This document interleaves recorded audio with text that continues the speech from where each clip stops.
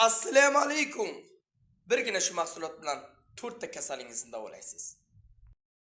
Hammamiz iste'mol qilib yurgan, o'sha bilgan oddiy yong'oq do'stlar. Buni doim iste'mol qilib yurish xotirani kuchaytirib beradi, bosh og'riqlaridan bartaraf qiladi va me'da qon aylanishini yaxshilab, miya gipoksiyasini yo'qotib beradi. Umumiy quvvatni tiklaydi. Turshi multivitamin.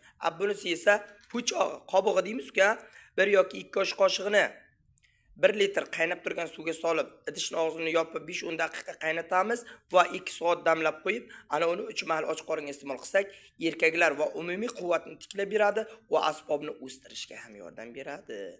Okalarim, bunisi esa do'stim, mana angina va zobingiz, oshqozon ichaklardagi muammolar, hazm sistemasi yaxshi bo'lmayaptimi?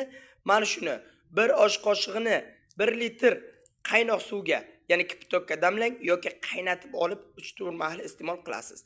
Nastoyka qilishda esa 100 yoki 150 grammini olib 1 litrgacha aroqmi yoki toza etil spirtigami solib qo'yasiz. 1-2 oy tursin va sizdirib olib 5 tomchidan 10 tomchigacha 2-3 mahal iste'mol qilib yurasiz.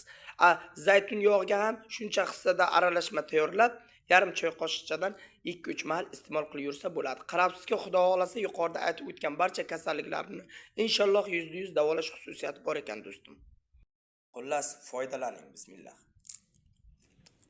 Juda ham foydali xususiyatlarga ega. Agar videorolikimiz yoqsa, like, repost, obunangizdan chiqmasin. Xullas, sog' salomat bo'lasizlar, Allohga omonatsiz. Xayr. O'zingiz va yaqinlaringizni asrang, birodar.